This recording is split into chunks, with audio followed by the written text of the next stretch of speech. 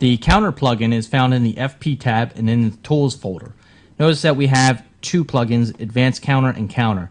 We'll just do the counter for now, and for this to work what we're going to need is a font. So we're going to go grab a font and we're just going to slide this into the scene tree, go back into our built-ins FP tab, the tools folder, and drag the counter plugin onto our font.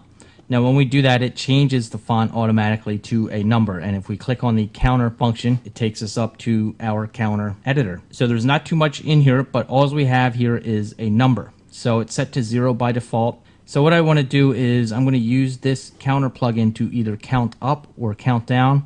So what I want to do is count down. I'm going to enter in, let's say, a number of 200. When I do that, it keeps this number here. Now I'm going to rewind my timeline to 0. I'm going to hit set key to set a keyframe. Now I want to adjust my counter plugin down to 0 since I wanted to count to 0.